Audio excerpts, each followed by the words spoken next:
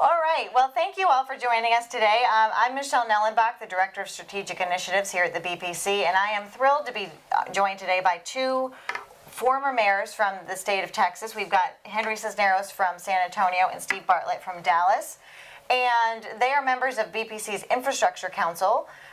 They were in town for a meeting, and we thought we should chat about hurricanes and infrastructure because it's rare that we get two Texans in the one spot. So tell us what you know about the conditions in Houston and the recovery. How are things moving along? Well, Houston was badly hit. 51 inches of rain is double the annual rainfall in Houston, but it happened in 4 days. So you had IH-10, for example, under 21 feet of water, for example, and the refineries obviously along the ship channel hit. It's going to be a long time for Houston. Hurricane Irma has taken the attention off of the recovery in Houston this last week, but the people of Houston, the mayor and the leadership there, the business community are going to be busy for a very, very long time. Part of it is the natural topography of Houston. It is low-lying, at sea level, and flat. It's also some of the development patterns, a city that has grown very rapidly, and it's impossible to figure all of the iterations for soaking up water when it comes in that volume. As we see these increasingly difficult storms, the reality is that there are some American cities that are very vulnerable. Houston is one of those, New Orleans is one of those, Miami is one of those, and even as we saw with Hurricane Sandy, New York. So this is a serious subject for the country, not just in terms of repair and recovery, but trying to do the things that mitigate damage going forward, because we've become such a coastal-oriented metro country. Well, and Houston gives us a reminder, another wake-up call of the urgency of getting as far behind on infrastructure as we are in this country.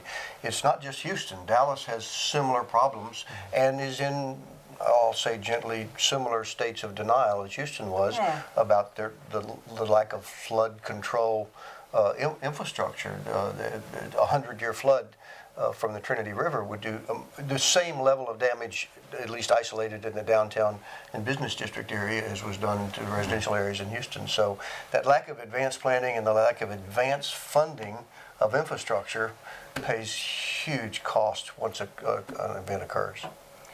So, personally, I was surprised to hear that Houston was the fourth largest city in the country. I would have thought Dallas, truthfully, was bigger than The Dallas Houston. Metro with Fort Worth is probably larger than the Houston Metro, but as a city, Houston is going on 3 million people. Because it's growing at enormous rates. Yes, And yes, both are. Dallas-Fort Worth is growing a little faster now, but historically it's been the same. Okay. Houston the city has a bigger geography. The metropolitan area is about the same geography, and Dallas-Fort Worth is a little larger population. It does that sort of the diversity of the municipality and local governments creates another problem, and that is local funding is therefore harder to get. You can get it, but when you start to talk about state-local funding formula, the funding sources in Dallas-Fort Worth, for example, comes from 200 different jurisdictions. In Houston, probably 40 or 50 jurisdictions. So it's a huge challenge. Just a quick note on that misperception in the country about the size of Houston or Dallas, etc. Texas as a whole is now one of the more urban regions of the country. The Texas Triangle, which is Dallas-Fort Worth in the north, Houston in the southeast, and Austin-San Antonio in the southwest, has 3 of the top 10 most populous cities in the country: Houston, Dallas, and San Antonio. So people think of Texas as a land of wide open spaces and oil wells and ranches.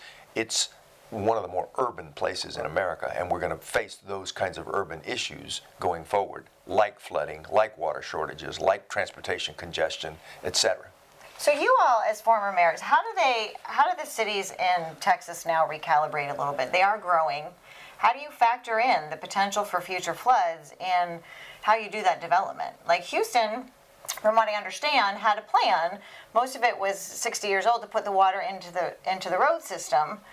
Well, that wouldn't work because now you couldn't evacuate. Well, so often these things are a matter of foresight and responsibility, because the city had offered over a number of years, it's my understanding, different requirements related to handling floodwaters. Now, nothing's going to solve a 51-inch rainfall. You're going to flood.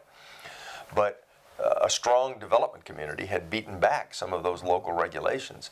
And as a result, it was all poured into the streets, not detention facilities on buildings and those sorts of things that ought to be done. So I think Houston has to think very seriously about what's the responsible thing to do here to prevent future floods, just as Florida did after Hurricane Andrew and redid housing and building requirements, for example, to stand higher wind resistance. They actually did a pretty good job of that. Mobile homes, other things that killed people in Andrew didn't kill people more recently because they took some steps. So Houston will have to do that kind of thing. And Houston will, and Florida will do more, but it's still woefully inadequate. I mean, the things that we know that can prevent future crises and tragedies that we're not doing.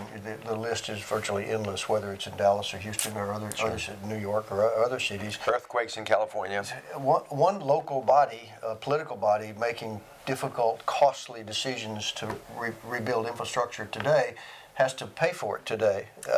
But the benefits are on some other future political body 20 years from now when the event occurs. So it is a perpetual problem.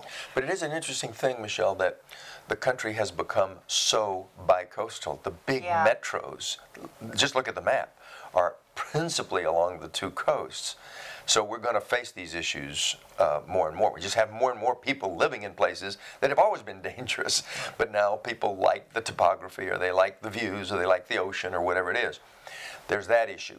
And then there is that issue that we, don't talk a lot about because it seems so amorphous, but it's potentially just around the corner, and that is the physical reality of climate change, and one of the elements of it is rising sea levels.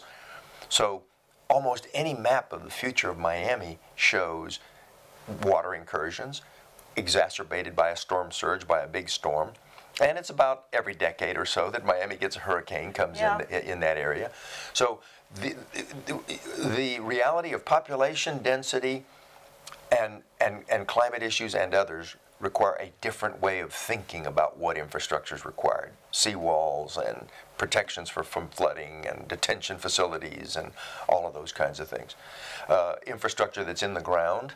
The big problem in Florida as a result of Hurricane Irma is going to be that the flooding hit electrical conduits underground. So it's going to be a long time to get electricity back up because it's not overhead, which would have fallen and you could string it back up.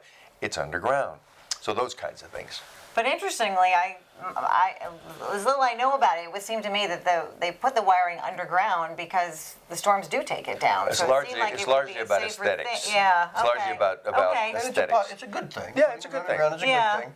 But you have to examine what you've got and then either build or rebuild to standards that will withstand the flood. To your point earlier, Mayor Bartlett, because we have a governor's council here at the BPC, and we talked to them about resiliency and disaster assistance, and they made the point you did, which is I've got to face voters now with the expenses we have now. It's hard to make the case that we need to prepare for 20 years out with infrastructure or disaster mitigation when I've got schools to fund and I've got transportation problems. And so the severity of the storms appears to be increasing. Maybe that helps educate the public that you need long-range investments in some of these things? Well, it's a matter of creating a sense of urgency, and it all takes leadership, and that's political leadership, and that's, of course, we say that in the national level as well as at the city level. As an aside, by the way, I would note that the local and state officials in Florida and in Texas, it made us former mayors proud. They were on top of it in advance. Once a crisis happened, of handling the situation as best they could, which was they did quite an extraordinary job. But 20 years ago, much of the infrastructure. I fought the wars on, as did others, on doing some advanced construction on the Trinity River flooding 20 years ago, and we made some improvements. But we didn't bring it up to a 100-year standard as far as preventing a major catastrophe. By definition, infrastructure requires forward thinking. Yeah. Because you've got to build capacity for a future load. And it's not just floods we're talking about, but almost every other kind of infrastructure. Dallas, for example, very foresighted mayor Eric Johnson in the 1960s started thinking and pulling people together to build what is now DFW Airport, which has created the Dallas-Fort Worth hub into one of the major hubs in the country and a Fortune 500 headquarters and a very prosperous area. Right. But it was done with a lot of foresight of what would eventually be needed in air traffic. And the same thing needs to be done in cities all across the country with respect to freeways and traffic congestion issues, mass transit issues, which we're seeing in many of these cities, everything from light rail to other intermodal connections. And then these critical questions of water adequacy, power adequacy. Infrastructure is a boring subject to many people, but it's the guts of how our cities are going to prosper, and therefore how our country is going to prosper and be competitive. It's a lot less boring in Florida and Houston today than it was a couple of months ago. Oh, yeah, exactly. I might say about DFW Airport, because one of the things we do here at the Bipartisan Policy Center is P3, what's known as P3, privatization. It's often not recognized that DFW Airport was in effect a P3. The airlines. Most of the money came from the airlines. Some money came from FAA, of course, but most of the money came from the airlines. They put in a capital investment, okay? I'm sorry, they put in a funding source of landing fees that then was capitalized back into the billion-dollar private investment. So it's, in effect, a P3. And I think P3s and public-private partnerships is the direction of the answer. They shouldn't be political. Once you capitalize your funding source, then you can build a lot more infrastructure by a factor of 100. Right. It's interesting. It's hard to imagine a more decisive, forward-looking decision than that was for Dallas. But the Port of Los Angeles is another example. 40% of the cargo that comes into the United States comes through the modernized Port of Los Angeles. The rail system in San Francisco, another example. I mean, you can go around the country and you see people have been thinking forward. We just have to keep doing it, and on a bigger scale. Right. Well, thank you both for joining us today. Final shout out to the people of Texas. I think everyone talks about their individualism, but it seems like they're really coming together as a state and a community to rally around Houston. Yes, and I think it's going to require a lot of patience and a lot of understanding, and hopefully we don't have the normal round of finger pointing and who is responsible, and let's just keep working on trying to improve it. A dear friend of mine who you know, John Sharp, who is the chancellor at Texas A&M, has been named by Governor Abbott to oversee the recovery in Houston, which I think is a great addition because that university has all the engineering and building talents, and so he'll bring some major resources to it. So that's an example of everybody in the state, whether they're in Houston or not, helping. Well, and the Texas culture is one of problem solving and resiliency. So yeah, this is a huge problem, but Texas has already started to rebuild and to tackle it on a bipartisan way, that overused term that actually works in Texas quite well, but also on a sense of solving the problem.